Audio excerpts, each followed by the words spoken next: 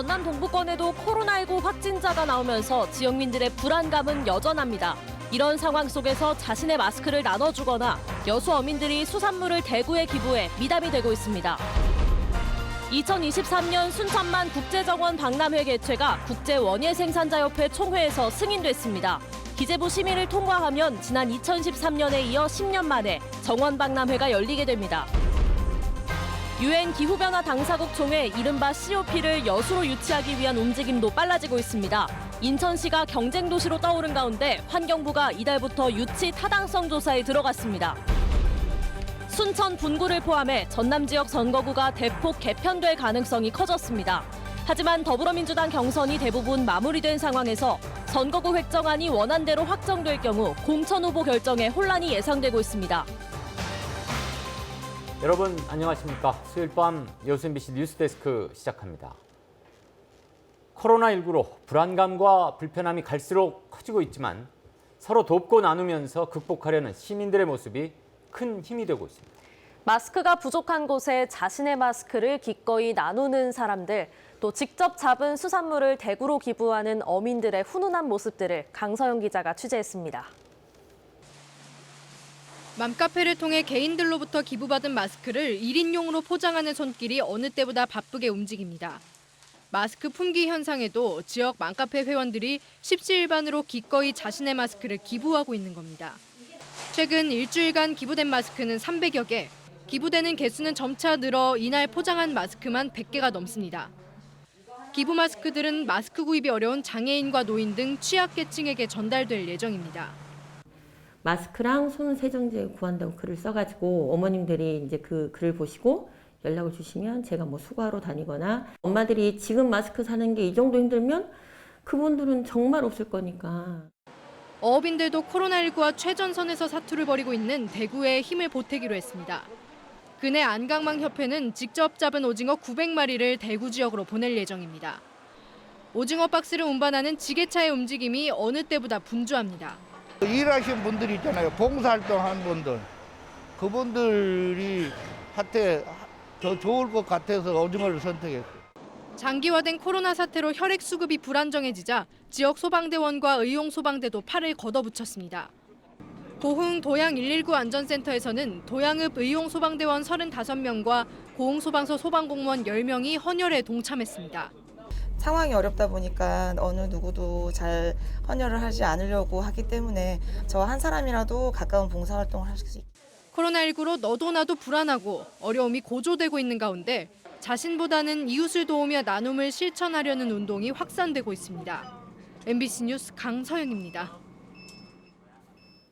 지난 2017년 화재 당시 국민적 지원으로 피해를 복구한 여수 수산시장 상인들이 코로나19 확진자가 급증하고 있는 대구 지역에 성금을 보냈습니다. 여수 수산시장 상인회는 코로나19 확산으로 어려움을 겪고 있는 대구 시민들을 위해 대한적십자사 대구광역시 지사에 상인들로부터 모금한 500만 원의 성금을 기탁했다고 밝혔습니다. 김상민 상인회장은 지난 2017년 화재 당시 대구시에서도 피해 복구를 위한 지원을 아끼지 않았다며 지역 상인들도 매출 감소로 어려운 상황이지만 작은 힘이라도 모아주고 싶었다고 뜻을 전했습니다. 전남 신천지 신도 가운데 코로나19 유증상자 194명에 대한 검사 결과 92.8%가 음성 판정을 받았습니다.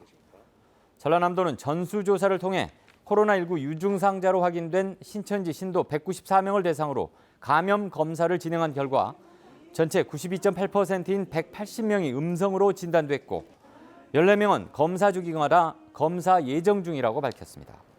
또 전수조사 대상자 16,096명 가운데 군입대, 전화 거부 등 사유로 목포 35명, 고흥 2명, 한평 1명의 신원이 아직까지 확인되지 않고 있습니다. 개강을 앞둔 대학들이 개강 이후 2주 동안은 오프라인 수업을 하지 않는 방안을 적극 추진하고 있습니다. 순천대는 오는 16일 개강한 이후 2주 동안은 온라인으로 강의를 진행하고 과제물을 부여하는 형식으로 대체해 나갈 계획이라고 설명했습니다. 전남대학교 등 다른 대학들 역시 전체 강의를 온라인 재택 강의 형식으로 진행하되 실험 실습 위주 교과목에 대해서는 다각도로 검토 중이라고 밝혔습니다. 네, 2023년 순천만 국제정원 박람회 개최가 국제원예생산자협회 총회에서 승인됐습니다. 지난 2013년에 이어 10년 만에 또다시 열릴 수 있게 됐는데 앞으로 기재부 심의를 통과해야 하는 2차 관문을 남겨두고 있습니다. 박민주 기자가 취재했습니다. 미국 플로리다주 마이애미에서 열린 국제원예생산자협회 AIPH 총회. 이 자리에서 순천시와 전라남도가 공동 개최하는 2023년 순천만 국제정원 박람회가 최종 승인됐습니다. AIPH to the expo to be held in Suncheon in 2023. Congratulations. 정원 박람회 유치 추진단은 국가정원과 숲, 마을, 습지, 해안을 포함한 5대 자연정원을 조성해 도시 전체를 거대한 정원으로 만들겠다는 계획을 발표했습니다. 2023 순천만 국제정원 박람회는 오는 2023년 4월부터 10월까지 6개월간 열리게 됩니다. 사업비는 국비와 지방비, 자체 수입 등 485억 원 규모입니다. 2023 국제정원박람회가 승인됨에 따라 관심은 2차 관문에 모아지고 있습니다. 오는 7월 기획재정부와 정부의 국제행사 심의를 통과해야 하기 때문입니다. 순천시의회도 행사를 국가정원으로 집중해야 하는지 도심으로 분산해야 하는지 충분한 검토가 필요하다는 뜻을 보이고 있습니다. 국가정원이나 숲, 마을, 습지, 해안 등에 이렇게 분산 개최는 과연 맞느냐 충분히 한번 또 다시 한번 검토를 해보자 이런 의견을 좀 많이 갖고 있습니다. 지난 2013년 박람회를 통해 정원의 도시로 도약한 순천시. 10년 만에 다시 열리는 순천만 국제정원 박람회가 국가정원 도시의 새로운 분수령이 될 전망입니다. MBC 뉴스 박민주입니다. 여수 묘도 일대에 축구장 100개 너비 규모로 추진되고 있는 대규모 LNG 터미널 사업이 가시화되고 있습니다. 주식회사 한양은 오늘 보도자료를 통해 여수 묘도동 87만 제곱미터 너비 터미널 부진에 20만 배럴급 LNG 저장 탱크 등 관련 시설에 대해 산업통상자원부로부터 공사 계획을 승인받았다고 밝혔습니다. 한양이 오는 2024년까지 1조 3천억 원을 투자해 조성할 예정인 LNG 동부가 허브 터미널은 국내 최초의 상업용 LNG 터미널로 가동될 경우 동부가 지역의 LNG 거래를 촉진하는 기폭제가 될 것으로 기대됩니다. 정부의 도시재생 뉴딜 사업에 선정된 광양시 원도심을 중심으로 다양한 관련 사업들이 진행됩니다. 광양시는 오는 2022년까지 태인동 일원에서 사업비 135억 원을 들여 안전시설 설치와 생활환경 조성, 복합 문화공간 건립 등 11개 사업을 추진해 지역경제 활성화에 도움이 될 것으로 기대했습니다. 지난 70년대 이후 급격한 산업화를 겪은 광양시 태인동에는 현재 주민 1,800여 명이 거주하고 있으며 최근 관광시설 설치 등이 추진되고 있습니다. 네, 코로나19로 전국이 움츠려든 가운데에서도 UN 기후변화 협약 당사국 총회, 이른바 COP 유치를 겨냥한 움직임은 한 걸음씩 진전되고 있습니다. 유치위원회를 중심으로 붐을 조성하는 단계를 넘어 이제 정부도 본격적으로 가세하고 있습니다. 네, 환경부가 이달부터 타당성 조사에 착수했다고 하는데요. 자세한 내용 취재했습니다. 2022년 UN 기후변화 협약 당사국 총회 COP28에 남해안 남중권 개최를 기치로 공식 유치위원회가 출범한 것은 지난해 12월. 두 달여 만에 정부가 움직이기 시작했습니다. 환경부가 대외경제정책연구원에 COP 유치 타당성 조사를 의뢰했고 연구원은 이달부터 공식 조사에 착수한 것으로 확인됐습니다. 조사 기간은 오는 6월 말까지. 환경부는 이 결과를 토대로 올해 11월 영국 글래스고 총회에서 2022년 회의 유치 확정을 겨냥하고 있습니다. 우리가 하고 싶은 건 28차 총회고요. 26차 총회에서. 최근에는 이게 미뤄지는 경향이 있어서 1년 전에 결정되기도 하거든요. 일단은 우리는 올해까지 좀 결정을 보려고 계획을 하고 있죠. 현재 COP 총회에 관심을 두고 있는 이른바 경쟁 지역은 인천광역시. 하지만 여수를 중심으로 하는 남해안 남중권은 이미 공식 유치 운동에 뛰어든 상태고 이번이 제도전이어서 명분에서 밀리지 않는다는 평가입니다. 유치위원회도 주요 부처에 대한 접촉을 늘리고 정책적 기반을 마련하는 등 국내 도시 간 경쟁에도 대비하고 나섰습니다. 도시를 선정함에 있어서 공모를 할 수도 있습니다. 이럴 때 개체도시 자격 시비에 대비하기 위해서 온실가스 배출치 목표치를 만들고 또 완화할 수 있는 정책을 또 만들고 하는 그런 노력들을 우선 해가고자 하는. 하지만 코로나19에 따른 위축은 예기치 못했던 제약입니다. 지난달 18일 반기문 전 유엔 사무총장 등을 초청해 여수에서 개최할 예정이었던 국가기후 환경회의, 타운홀 미팅 등 관련 계획들이 줄줄이 연기되는 상황. 서명운동이나 군집 행사의 공백을 극복하고 개최 의미나 공감대를 효과적으로 확산시키는 일이 과제로 남아 있습니다. MBC 뉴스 박광수입니다.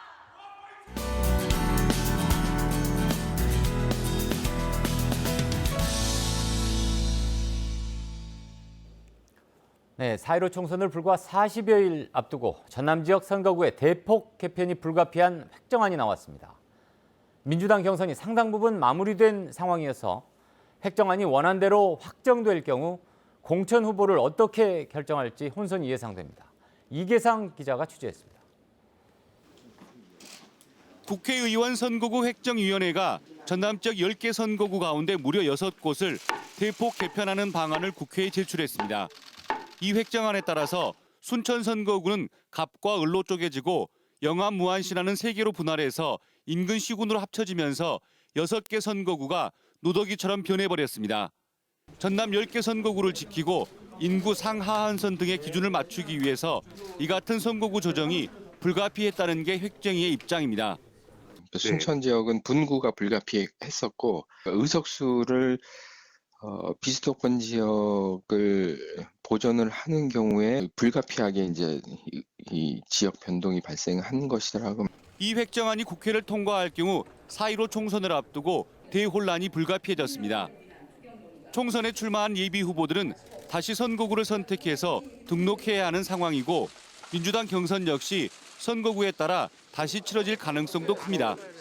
선거구가 조정되는 5개 선거구 가운데 4곳에서 공천 후보자가 이미 결정된 가운데 재경선 절차를 진행하기도 쉽지가 않습니다. 총선까지 40여일밖에 남지 않은 상황에서 물리적 시간과 비용, 상대당 후보 경쟁력 등의 변수를 감안할 경우 경선 없이 후보 간 협의를 통해서 공천 후보를 결정 지을 거라는 조심스러운 전망도 나오고 있습니다. 농촌 지역구를 통폐합을 하고 그래가지고 농촌 지역구가 25만, 26만이 되는 그렇게 그 매머드 지역구를 만들어내는 이런 상황에 대해서 다시 재검토가 필요하다는 입장입니다. 여야 정당과 총선 후보들의 반발이 거세진 가운데 국회 행정안전위원회가 선거구 획정위원회에 획정안을 다시 제출해 줄 것을 요청해서 수정안이 마련될 수 있을지 주목됩니다. MBC 뉴스 이계상입니다. 반면 이번 선거구 획정안의 국회 본회의 통과가 불투명할 것이라는 전망도 나오고 있습니다. 획정안을 넘겨받은 국회 행정안전위원회가 오늘 제출된 선거구 획정안에 대해 수정 요청을 하기로 한 가운데 정당 사이 의견이 엇갈리고 당내 의견 수렴 절차도 필요해 내일 본회의 처리가 힘들 것이란 예상이 나오고 있습니다. 이렇게 될 경우 분구와 합구 등 모두 6곳의 선거구 조정이 제시된 전남 선거구의 경우 순천 분구가 힘들 것이라는 분석도 일부에서 나오고 있습니다. 더불어민주당이 고흥, 보성, 장흥, 강진 선거구에 김승남 예비후보를 공천했습니다. 민주당 중앙당 선거관리위원회는 전국 13개 선거구의 4차 경선 결과 고흥, 보성, 장흥, 강진 선거구에서 김승남 예비후보가 한명진 예비후보를 제치고 최종 통과했다고 밝혔습니다.